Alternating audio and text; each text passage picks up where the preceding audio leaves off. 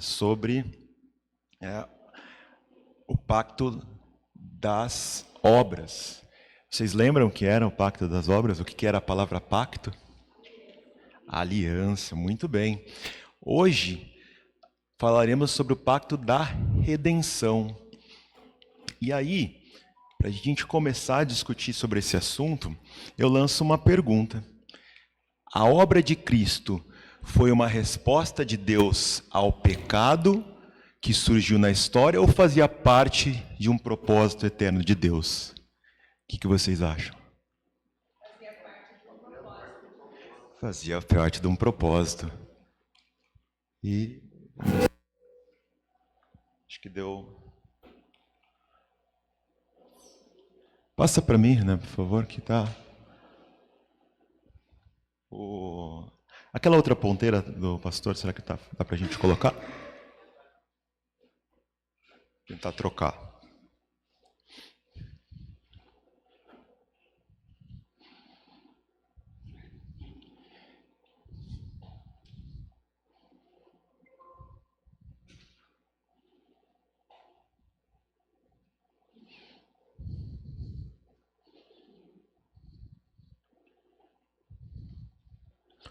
Ele passou até mais.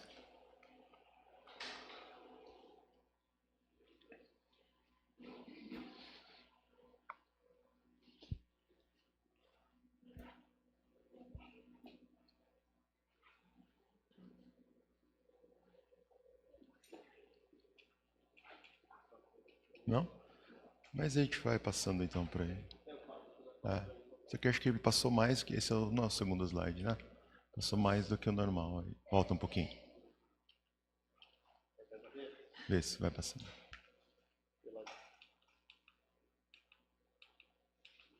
Isso aqui, beleza. Tá melhor. Aqui.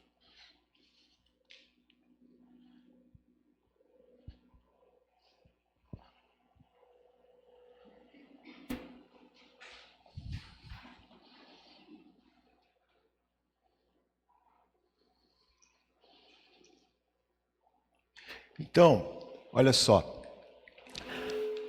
A redenção, o propósito eterno de Deus, ele não foi uma improvisação, ele foi um plano desde a eternidade, em que nós temos a criação.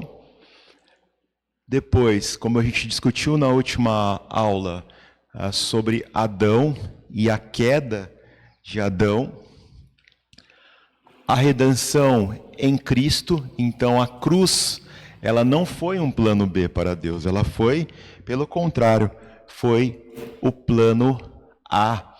E se a gente olhar nas Escrituras, nós temos o quê? Em Efésios 1:4, nos escolheu antes da fundação do mundo. Então, a gente consegue enxergar, né, fica claro isso para nós, tá? E aqui, com um pouquinho, a primeira aula ficou um pouquinho pequeno aqui, mas a gente vai adaptar nas próximas. Ele nos salvou e nos chamou com uma santa vocação, não segundo as nossas obras, mas segundo o seu próprio propósito e graça que nos foi dado em Cristo Jesus, antes dos tempos eternos. 2 Timóteo. Ele, na verdade, foi previsto antes da fundação do mundo, mas manifestado nos últimos tempos por amor de vocês. Então, quando a gente olha para essa cruz, estamos olhando para a manifestação histórica de um propósito eterno de Deus. Esqueci que eu tinha feito isso. E aqui também eu ampliei, vamos ver. Agora sim. Então, nós temos na última aula a figura de Adão. E hoje a gente vai focar em Cristo, em que alguns autores, até mesmo da nossa apostila, ele fala uma consideração fazendo uma correlação com o segundo Adão. E a gente viu isso. A missão, ambos receberam, Adão recebeu uma missão, enquanto Cristo assume uma missão. Ambos representam a humanidade. E com relação ao chamado, também, um chamado à obediência. Mas Adão desobedeceu, enquanto Cristo obedeceu perfeitamente. Qual foi o resultado que nós tivemos com relação a Adão? Trouxe pecado, condenação e a morte. Já em Cristo, trouxe a justiça, a justificação e a vida. Então, enquanto o primeiro Adão fracassou, o segundo Adão foi vitorioso. E olha só, em Romanos, no mesmo capítulo, somente em versículos diferentes, isso fica muito mais exemplificado. Assim como pela ofensa de um só veio a condenação a todos os homens, assim também por um só ato de justiça veio a justificação que dá a vida a todos os homens. Olha o versículo 19. Porque, assim como pela desobediência de um só homem muitos foram constituídos pecadores, assim também pela obediência de um só homem muitos serão constituídos justos. Então a cruz, ela não foi um acidente, tá? Ela foi um propósito. Então, a gente vai responder duas perguntas, além daquelas que a gente já conseguiu responder. Primeiro, quais foram os motivos as motivações para a criação e qual é o plano eterno de Deus?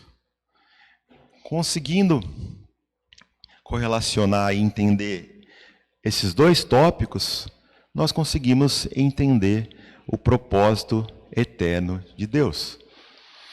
Bom, a Bíblia apresenta Deus como centro e o objetivo último de todas as coisas. Olha só, em Romanos 11:36, porque dele e por meio dele e para ele são todas as coisas. Então a criação, ela existe para a glória de Deus. Mas também não significa que Deus criou porque estivesse incompleto ou porque ele precisasse de nós, que ele precisasse da criatura. Deus é eternamente perfeito e suficiente em si mesmo. A criação, ela não acrescenta aquilo que Deus é. Ela manifesta o que Deus é. Ele pode tudo, não é isso?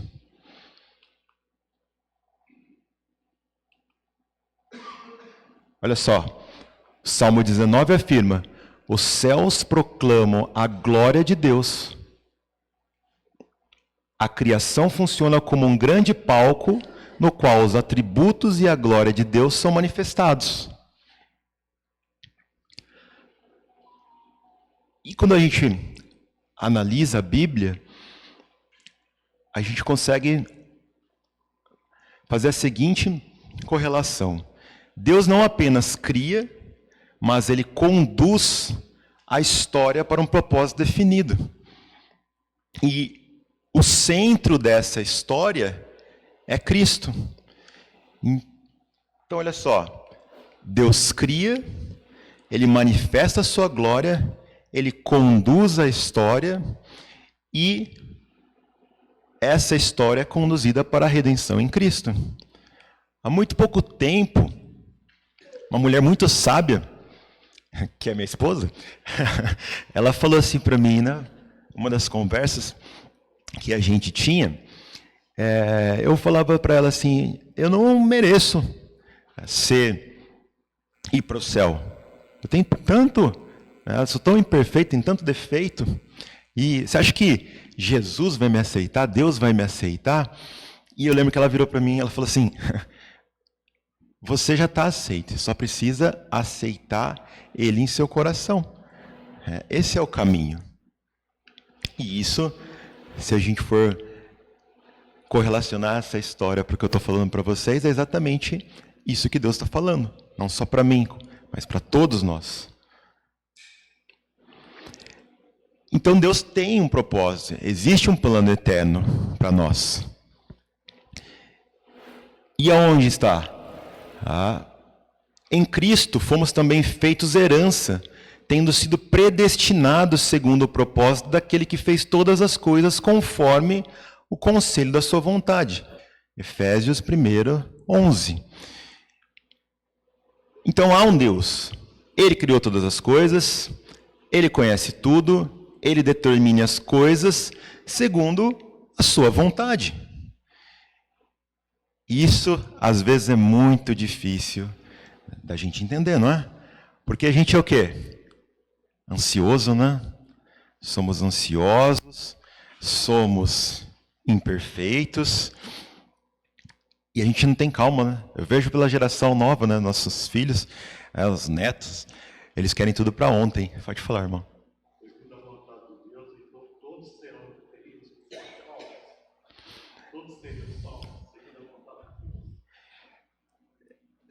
A gente precisaria aceitar, né, Jesus no coração para ser salvos. Mas eu creio que, além de aceitar, Deus, Ele é tão piedoso que, quando a gente pensa no reino dos céus, eu acho que, quando Ele nos cria, Ele gostaria que todos tivessem esse acesso. Como eu posso falar isso para você, ou fazer a gente pensar sobre? Nós tivemos relatos de trabalhos missionários aqui, muito bons, e tocando um grande número de pessoas. Mas você já se perguntou para aquela criação, para aquele homem, um indígena, naquela tribo muito fechada, que ele não tem Deus, ele não conheceu Deus. Então ele não aceitou Jesus no coração. E aí, será que esse ser não tem direito ao reino dos céus? A gente já parou para pensar nisso? Pode ser que vai chegar um momento que a gente vai, um missionário lá, vai haver evangelização, mas é difícil pensar num número, né? Quando a gente falar, pensar. Essa quantidade de pessoas, né, que não provaram Deus, não tiveram acesso a Deus.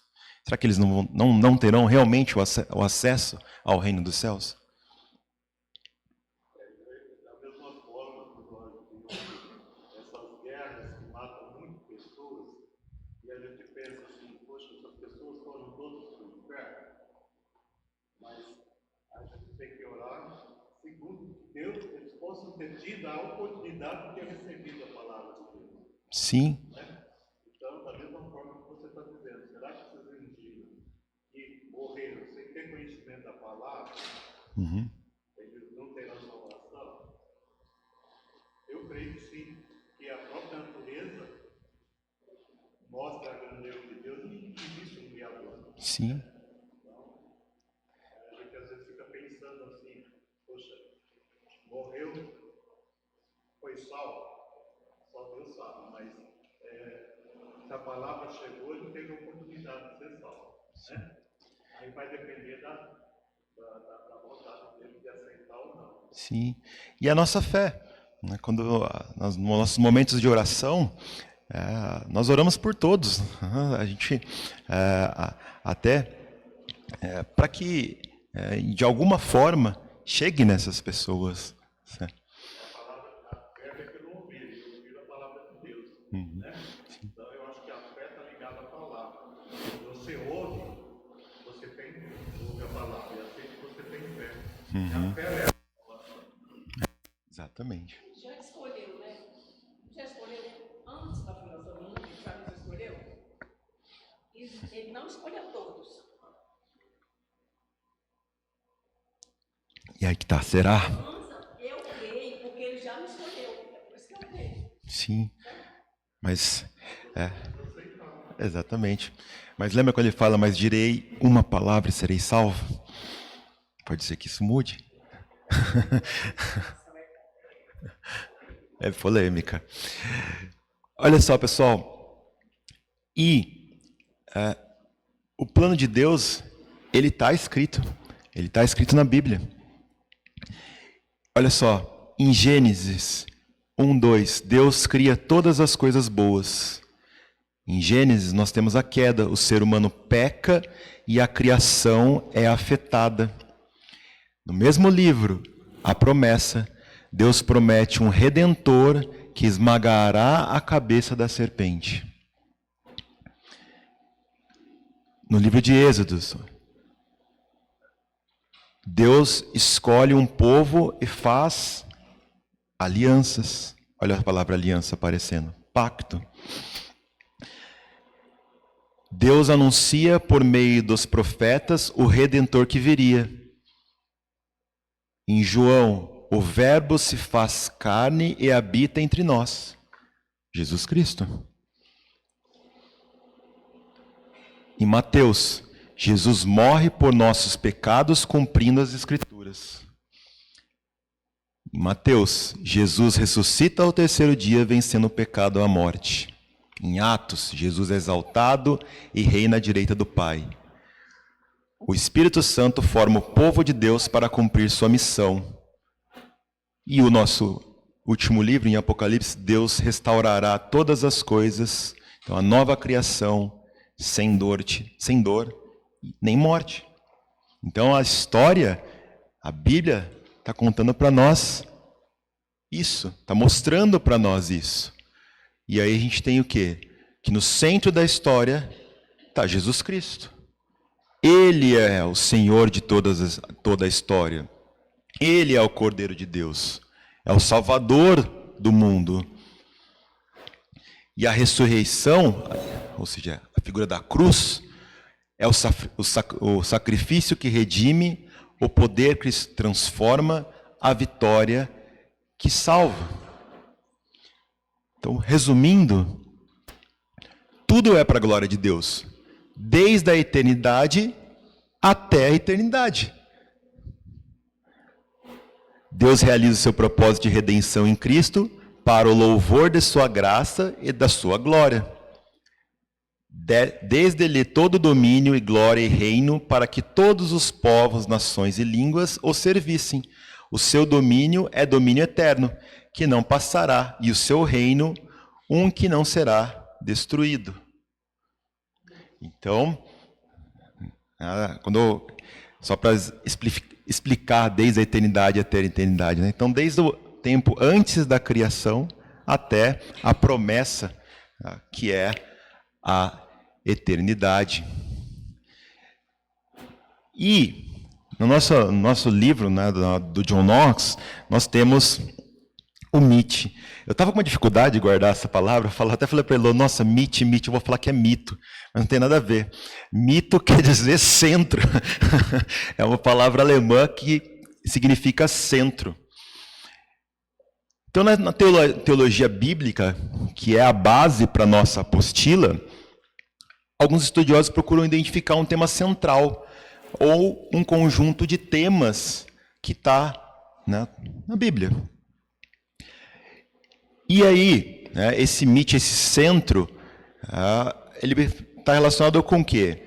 Que é um tema que consiga conectar as diversas partes da narração bíblica. Então, nos 66 livros de diferentes autores humanos, de diferentes períodos históricos, de diferentes gêneros literários, nós temos um ponto central. Existe uma unidade.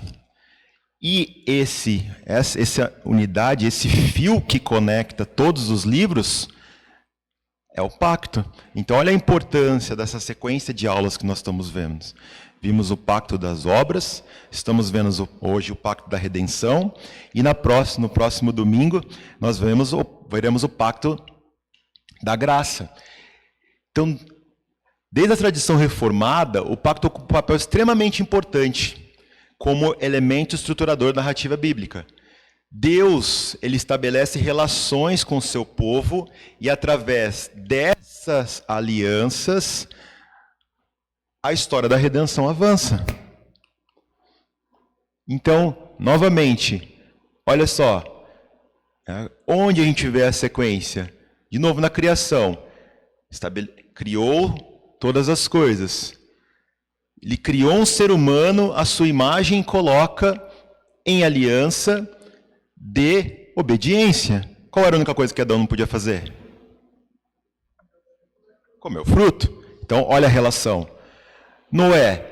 Deus faz uma aliança com Noé, preservando a vida e estabelecendo sua promessa. Irmãos, vocês imaginam, né? Hoje, num contexto de vida que a gente tem, você criar uma arca, né? Então você imagina. Depois, em Abraão, Deus faz uma aliança com Abraão, prometendo descendência, terra e bênção. Olha a outra aliança, Moisés. Deus estabelece aliança no Sinai com sua lei para formar seu povo. Davi. Deus faz uma aliança com Davi, prometendo um reino eterno por sua linhagem.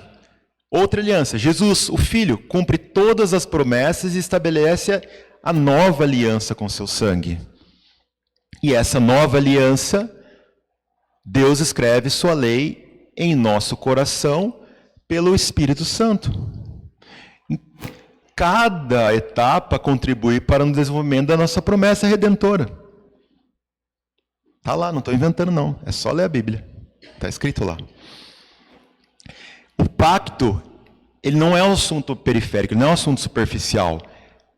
Ele é uma das maneiras pelas quais as Escrituras apresentam o relacionamento de Deus com o seu povo. Do Gênesis até Apocalipse, vemos um Deus fiel que faz e cumpre suas alianças para a nossa redenção em glória. Maravilhoso isso, né? Não muda. Não muda. E é legal quando a gente começa a entender isso, né? Porque, nossa, faz sentido, né? É tipo nós homens, né? Quando a sua esposa fala assim para você, explica alguma coisa 3 vezes, né? E aí você, agora eu entendi, né? Parece que muda um botão, né? Não é assim? Eu estou vendo diferentes gerações sorrindo para mim aqui, e tá todo mundo, verdade, né? Os homens principalmente, estão assim, ó.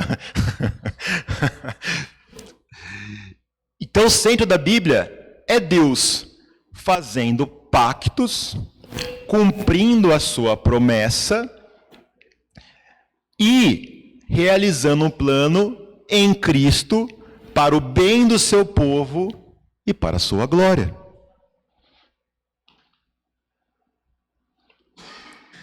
E isso aqui é muito legal, porque resumindo tudo que eu falei, a gente tem o reino, o mediador e o pacto.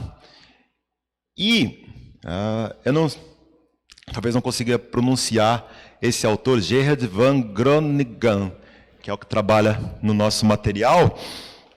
Ele correlaciona esses 3. Então ele fala, o reino é Deus manifestando o seu governo, o mediador, Deus realiza a sua obra por meio de um representante. Não é isso que a gente viu ali atrás, com Abraão, com Moisés, com Noé? E Deus estabelece uma relação definida com o seu povo. 3 pontos. Cristo.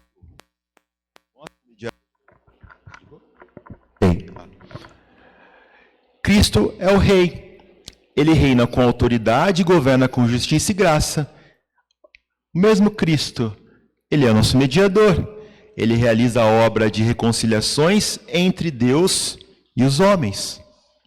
E o mesmo Cristo, nós temos que por meio, né, do seu pacto e do cumprimento dele, as promessas de Deus encontram o seu sim. E amém. Não é por isso que a gente termina as orações assim? Amém? Amém? Estudar o pacto da redenção não é estudar um assunto isolado.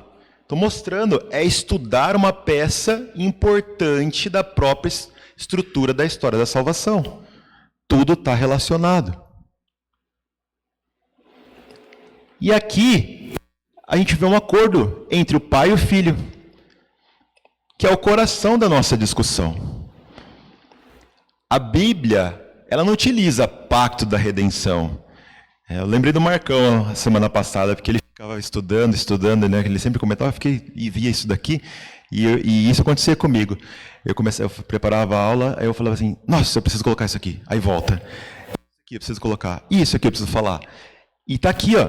E eu procurei na Bíblia, e eu falei assim, aonde está escrita a palavra pacto de redenção? Porque eu acho que eu vou precisar falar disso em algum momento, né? Minha aula é sobre isso.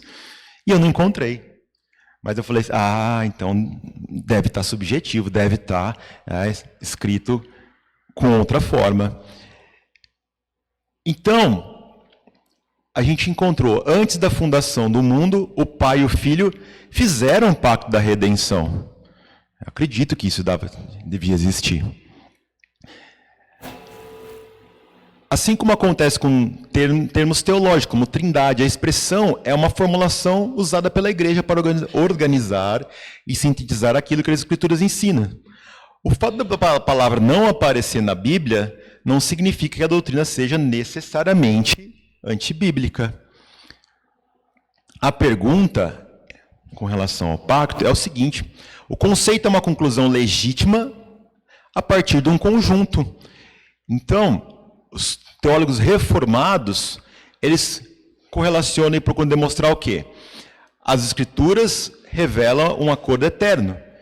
Diversas passagens vão mostrar esse plano de redenção. Antes da criação do mundo, ó, Efésios, Pedro, Apocalipse. Isso implica que o entendimento e um propósito entre o pai e o filho. O filho consente e se compromete. Cristo é apresentado como cordeiro, morto desde a fundação do mundo. Ele não foi surpreendido pela missão. Ele assumiu voluntariamente em obediência ao Pai. Então Jesus, quando veio para o mundo, ele já sabia que isso ia acontecer. Não foi um acordo. Não foi. Exatamente. A gente vai chegar nisso. E o plano é executado. A encarnação, vida, morte, ressurreição e envio do Espírito Santo para a salvação do povo escolhido. Então, apesar de a gente não ver na expressão pacto da redenção, a gente consegue tirar essa conclusão através da análise da palavra. E esse capítulo aqui vai ficar de lição de casa para vocês lerem. João 17. Não vou ler aqui, porque o tempo ele é limitado. Mas eu trouxe algumas coisas para vocês, para nós discutirmos. Olha só. Em João 17, a gente tem o que a gente conhece, os teólogos apresentam como a oração sacerdotal de Jesus. Jesus ora ao Pai pouco antes da sua prisão e da sua crucificação. João 17:5, olha lá. Pai, glorifica-me junto de ti mesmo, com a glória que eu tive junto de ti antes que houvesse mundo. Manifestei o teu nome aos homens que me deste do mundo. É por eles que eu rogo. Pai, a minha vontade é que onde eu estou, também estejam comigo os que me deste. Então, olha só. O Pai dá um povo ao Filho, o Filho vem para realizar uma missão em favor desse povo, o Filho cumpre a sua obra e o Filho pede que este povo esteja com ele em glória. Isso é um pacto da redenção. Ele dá a base para a gente entender que o Pai planejou, o Filho executou, o Espírito Santo aplica e nós, graças a Deus, somos salvos para a glória de Deus. Então, irmão, fica tranquilo, você vai ser salvo. Pode dormir, tá? Pode dormir relaxado. Deita no bercinho, descansa, que Deus vai fazer tudo. Então, o pacto da redenção na tradição reformada desde toda a eternidade, um povo para ser sua semente e para no tempo devido ser por ele remido, chamado, justificado, santificado e glorificado. Tá certo? Então, alguns teólogos, eles vão correlacionar esse pacto para explicar uma relação entre o propósito eterno do Pai e a missão assumida pelo Filho. Então, o pacto da redenção não reduz o plano de Deus a um acordo humano, mas revela a comunhão, a sabedoria e o amor com que desde a eternidade o Pai, o Filho e o Espírito Santo trabalham juntos para a nossa salvação e para a glória de Deus. Então, é exatamente isso que a gente estava falando aqui. Não existe Deus, Jesus, Espírito Santo como três entidades diferentes. São todas um só. E aí, Pai, o Filho e o Espírito Santo são o único Deus. Então a gente nunca pode pensar assim, até uma animaçãozinha aqui para vocês. Deus falou assim, tem uma ideia. Aí o filho, pai, não sei se eu quero fazer isso. Acho que não. Morrer? Não. Aí o pai, que nem a gente fala com o filho, né? Vamos negociar? Você imagina a situação? A realidade nossa, né? Meu filho, vamos estudar? Agora não, papai. Então tá, depois você vai, não é? Não é isso? Hoje, né? Vocês imaginam Deus falando isso? Vocês já pensaram assim, nessa conversa, né? Não, né, gente? Não teve. Então, a gente tem um único Deus, que é o Pai, o Filho e o Espírito Santo.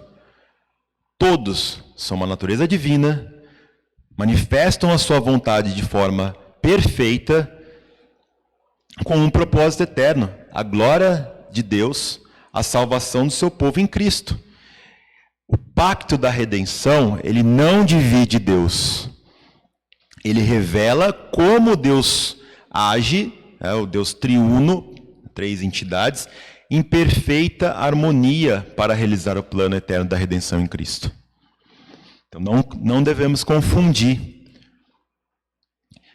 O Filho aceitou as condições. Ele vem voluntariamente. Porque eu desci do céu não para fazer a minha própria vontade, e sim a vontade daquele que me enviou. Jesus afirma que entrega sua vida voluntariamente. Por isso o Pai me ama, porque dou a minha vida para retorná-la depois. Ninguém me tira, mas eu a dou de livre espontaneidade de vontade.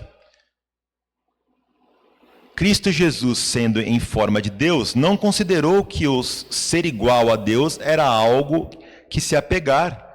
Antes a si mesmo se esvaziou, assumindo a forma de servo, tornando-se semelhante aos homens, e a aparência de homem, humilhou-se, fazendo-se obediente até a morte da cruz. Em nenhum momento ele fez isso. Em nenhum momento ele, não, eu sou Deus, por que eu vou passar por isso? Não, ele aceitou a missão. Então, o Filho não é apenas enviado, ele voluntariamente assumiu essa missão. E olha só, a vida de Jesus Cristo na Terra foi uma missão de obediência ao Pai. Nada foi improviso. Tudo foi cumprido conforme o plano. E aí é que eu falei, a cruz não é apenas sofrimento. Ele precisou passar por isso. Ele precisou demonstrar isso. Então, o sofrimento foi real, mas não foi o propósito final. A cruz é a obediência. Jesus obedeceu perfeitamente o nosso lugar. E Jesus está cumprindo a missão. Ele veio, ele fez e consumou a obra que lhe foi dada. O Filho aceita as condições não por necessidade, mas por amor obediência e fidelidade ao Pai e ao seu povo. Então, a gente vai ver que foi criado uma nova aliança. Tá? Então, aqui ficou um pouquinho pequeno. Uma maneira de aplicarmos a isso é caminhar olhando, em João traz bastante isso. Em vários momentos, Jesus, no livro de João, fala sobre que a hora não havia chegado. Em João 2:4, João 7:30, João 8:20. Em nenhum momento ele faz isso, mas chega um momento em que ele fala: é chegada a hora de ser glorificado o Filho do Homem. Depois, ele está angustiado e que direi eu: Pai, salva-me desta hora, mas precisamente com esse propósito vem para ser a hora. O que a gente consegue analisar disso? Que Jesus sabe para que veio, ele sabe para onde sua missão está conduzido, e a cruz não interrompe sua missão. A cruz é o cumprimento de sua missão. Ele cumpriu até o fim a sua agenda. Eu estou mostrando isso para vocês porque eu gosto dessa parte de evidência, de mostrar, de tentar correlacionar. Em vários trechos da Bíblia, de vários autores, nós vemos esse pacto da redenção. Nós vemos o propósito de Deus. Tá? E aqui, nós vemos uma batalha, tá? Essa batalha escatológica, tá? Que é o pecado, a morte. Tá? A batalha não começa somente no final da história. Ela aparece ao longo de todo o ministério de Jesus. Desde o nascimento, tá? Olha só, Herodes tenta destruir o menino Jesus. Depois, no início, Jesus é tentado por Satanás no deserto. Depois, Cristo confronta demônios, doenças, pecado e morte. Enfrenta a cruz e ressuscita triunfante. A morte é vencida, a vitória é consumada.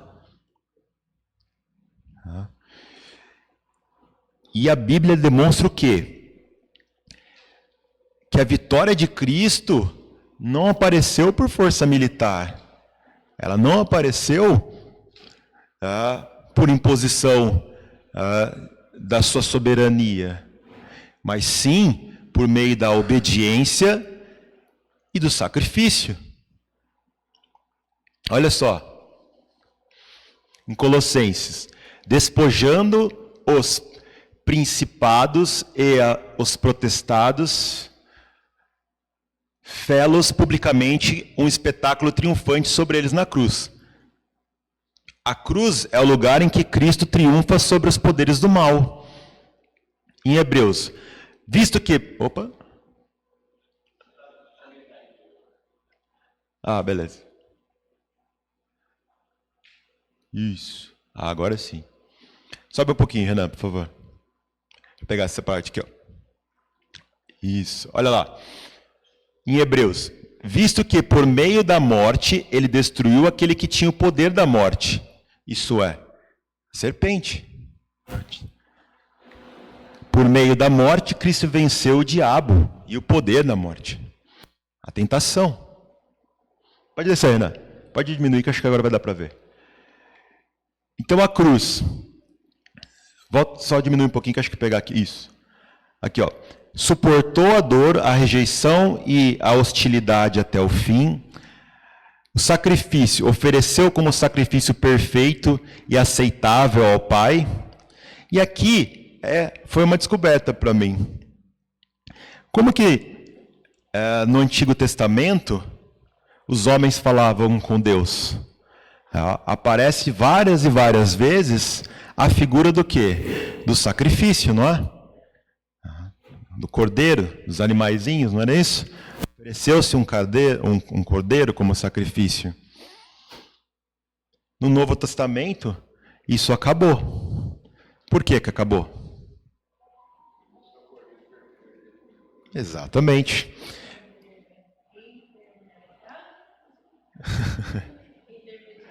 Exato. Então, isso aconteceu pela sua obediência. Tá? E ele tomou sobre si o lugar que era nosso. E triunfou sobre o pecado e a morte. Então, novamente, a cruz, ela não é o fim, ela é o centro. Pode diminuir e passar para o próximo slide, por favor. Consigo? Beleza. Depois da ressurreição, Jesus declarou o quê? Toda a autoridade me foi dada no céu e na terra. Essa declaração é importante porque apresenta a relação entre a missão e a sua recompensa. Qual que é a missão e qual que era a recompensa? Ele veio para fazer a vontade do Pai e cumprir a missão que lhe foi dada. Morreu, ressuscitou, foi exaltado e a glória declara a sua autoridade. Então a missão do Filho não termina na cruz. Ela inclui sua ressurreição, ascensão, exaltação e reinado. Em Filipenses nós temos exatamente essa sequência: humilhação, obediência, morte, exaltação e o senhorio aqui. Então o Filho humilha-se e depois é exaltado. Ele desceu para a missão, ele obedeceu até a morte, ele venceu, ele foi exaltado para reinar. A autoridade em que Cristo agora exerce é o cumprimento perfeito da missão que o Pai lhe deu. Então a cruz, novamente, ela não foi o fim, foi o caminho para a glória e para a autoridade eterna de Cristo. Então, a recompensa de Cristo, certo? Chegamos ao talvez ao slide mais interessante aqui da aula, que é o quê? A resposta está na distinção. Desculpa, não respondi a pergunta aqui. Chegamos então, Cristo recebe uma recompensa por sua obra. Isso pode parecer estranho à primeira vista se Jesus é Deus. Por que precisaria receber alguma coisa? Então, olha só.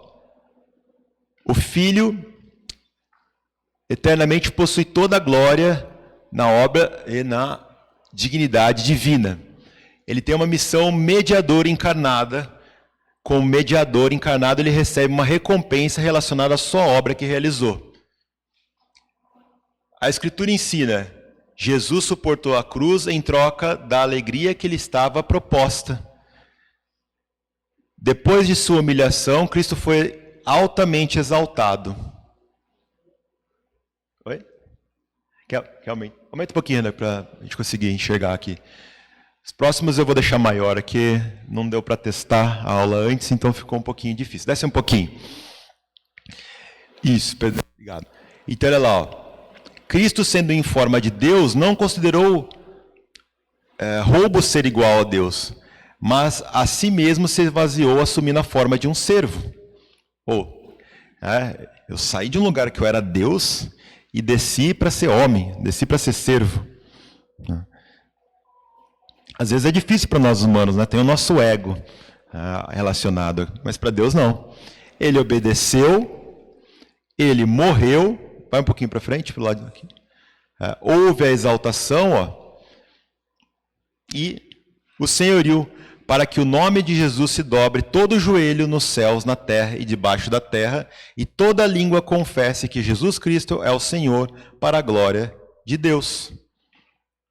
Então, a recompensa nossa está relacionada à obra mediadora. Deixa eu pegar essas perguntas aqui agora.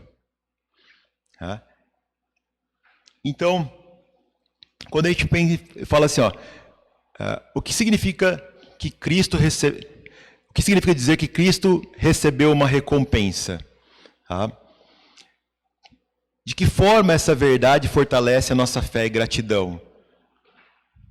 E aí, só essas duas perguntas. para a gente analisar, porque meu tempo deve estar acabando. Até as 10? Até que horas que é mesmo? 10h10? Tá. Então, o que vocês acham? Quando Cristo recebe... falar que Cristo recebeu uma recompensa. Tá? E de que forma essa verdade fortalece a nossa fé. E aí, pessoal? O que vocês acham? Qual que foi a recompensa de Cristo? A salvação da humanidade. Ele queria isso. Foi o plano dele. E outra, saber essa história, saber essa cronologia, tudo que ele passou, como está relacionado à nossa fé? A nossa gratidão fica fácil, né? Ele morreu por nós. Ele suportou várias coisas por nós. Mas essa questão da fé, ele mostrou o caminho de tudo que ele passou, de como ele passou e de o que ele realizou até chegar no reino dos céus. Vários seguidores aconteceu por obras, que foi o que a gente viu. Os milagres. Volta um pouquinho. Isso. Então, o povo dado ao Filho. Então, quem são aqueles pelos quais Cristo morreu? É o povo de Deus. Novamente, João 17. Tudo isso que eu estou falando para nós, que eu falei aqui várias e várias vezes. O Pai dá um povo ao Filho, o Filho vem, morre, ressuscita, salva esse povo e eles serão para sempre com ele na glória. É exatamente isso que nós temos. E olha só, o diálogo entre o Pai e o Filho. Em Isaías 49, o servo do Senhor recebe uma missão, e a missão do servo alcançará as nações. É muito pouco que você seja o meu servo para restaurar as tribos de Jacó. Eis que farei de você a luz das nações, para que a minha salvação alcance até os confins da terra. Vão e façam discípulos de todas as nações. Então, olha só, essa missão, ela foi transferida para nós. Então, da obediência à recompensa, que é a lógica do pacto da redenção. A salvação não foi uma obra improvisada, a gente já viu isso. Não foi uma obra fragmentada, está tudo relacionado. É uma obra de um Deus triuno. O Pai, que estabeleceu um propósito, envia o Filho, dá o Filho um povo e promete a exaltação do Filho. Olha o Filho, assume voluntariamente, encarna, obedece, sofre, morre, ressuscita, é exaltado, recebe o domínio, conduz seu povo à glória. E o Espírito Santo participa da realização da obra de Cristo, aplica a obra redentora, regenera, santifica, conduz o povo de Deus à consumação. Então, em resumo, temos novamente o Pai planejando, o Filho executando, o Espírito Santo mantendo e o povo sendo salvo. Então, de novo, aqui a gente vê uma relação entre o primeiro Adão e o segundo Adão, e aqui repete o que eu falei no primeiro slide, mas enquanto Adão conduz à morte, Cristo conduz à vida. Ele é o nosso representante perfeito, certo? Então, onde o primeiro Adão falhou, o segundo venceu. onde houve desobediência, há obediência, onde houve morte, há vida. Em Cristo somos justificados, salvos e conduzidos para a glória de Deus. E é exatamente isso que eu tenho falado para vocês aqui, ó. Tá? Pacto das obras. Adão foi colocado em uma relação pactual, sob desobediência trouxe consequência para toda a humanidade. Já em Cristo, nós temos uma nova aliança e a certeza da glória e da salvação em Cristo. Estou terminando, tá? Então, quando olhamos para a cruz, que está aqui para nos lembrar cada vez que a gente entra na casa de Deus, não estamos diante de um Deus tentado, tá? Para remediar uma situação que saiu do controle. Estamos diante do cumprimento de um propósito eterno. Novamente, Jesus veio, ele obedeceu, ele assumiu, ele foi até a cruz, morreu, ressuscitou, foi exaltado, recebeu toda a autoridade e conduz seu povo para a glória de Deus. Depois eu compartilho com vocês o material para vocês, no conforto da casa, ler os textos com um pouquinho. Oi. Depois daqueles eventos que houve, do sol escurecer, do terremoto, há uma expressão do centurião que diz assim: verdadeiramente esse era o Filho de Deus. Ah, sim, exatamente. Afirmar que realmente o sacrifício de Cristo na cruz foi feito através do Filho de Deus. Exatamente. E Jesus, ao longo da sua história, ele não precisava fazer isso, mas ele realiza milagres, ele mostra a sua divindade, o seu poder para convencer, para tocar, para chegar nas pessoas. Então, isso não precisava, mas ele fez. Mesmo assim, ele fez. A multiplicação dos peixes, a transformação da água em vinho, diversos eventos de cura. Ele precisaria fazer isso? Não, ele é Deus, mas ele faz isso para mostrar para o seu povo. Tá? Então, olha só.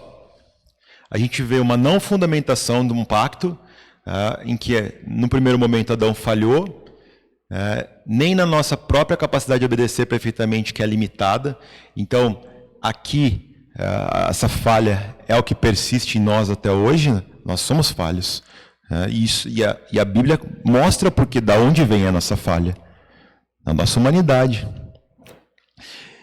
E no segundo momento, o segundo Adão obedece Jesus. Então o pacto da redenção aponta para Cristo. E quando aponta para Cristo, aponta para a fidelidade do próprio Deus. E aí a gente tem glória ao Pai, ao Filho e ao Espírito Santo, que desde a eternidade fizeram um planejamento para aplicar na nossa salvação, para a nossa glória. Então olha só que fala em Efésios: a Ele seja a glória na igreja e em Cristo Jesus, por todas as gerações, para todos sempre. Amém. Exatamente isso. Então, acredito que, através desta aula, nós conseguimos entender o pacto da redenção. E aí, através desse pacto, que em Jesus se prova, morre por nós, para nos redimir dos nossos pecados e firmar uma nova aliança. E é por isso, função dessa nova aliança, que nós não precisamos mais ficar sacrificando animais.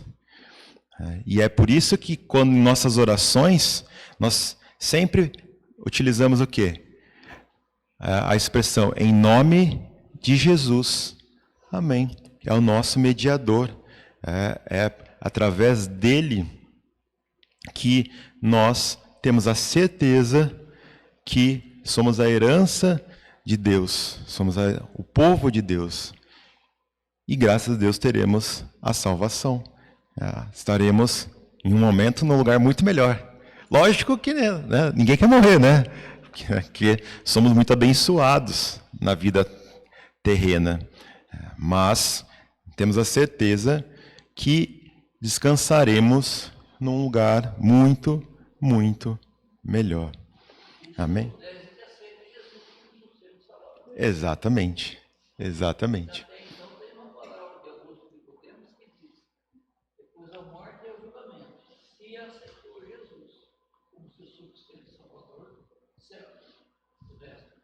Exato, exato. Mas, mas falo, né, num cenário restrito que nós aqui na igreja, se estamos aqui, com certeza aceitamos Jesus como nosso Salvador. E cabe a nós, como outros colegas e como o pastor fala, não só, né, os colegas, o pastor, mas como Jesus falou nas Escrituras, façamos discípulos. Então, quando tivermos a oportunidade de falar sobre esse pacto, mostrar o caminho, assim como foi feito para mim. Um testemunho para vocês. A minha esposa e os pais dela, eles me mostraram o caminho. Você acha que nunca imaginava estar aqui dando aula, sendo usado por Deus para mostrar para outras pessoas que têm outras histórias e até mesmo outros momentos de comunhão com Deus, que acho que cada um poderia ficar aqui falando e testemunhando, mas está aqui para todo mundo ver, não é isso? Então, se alguém quer fazer um comentário, acrescentar alguma coisa, porque esses momentos de discussões são sempre bem-vindos. Obrigado. Eu acho que consegui ser usado. Amém? Então, agradeço a paciência. Eu sei que eu falo bastante. E foi muito gostoso estar aqui com vocês. Eu prometo que na próxima aula eu vou fazer os slides um pouquinho maior, porque na tela do computador fica grande, né? Mas quando vem para a projeção diminui um pouquinho. Bom, amados, muito obrigado, viu? Amém. Deus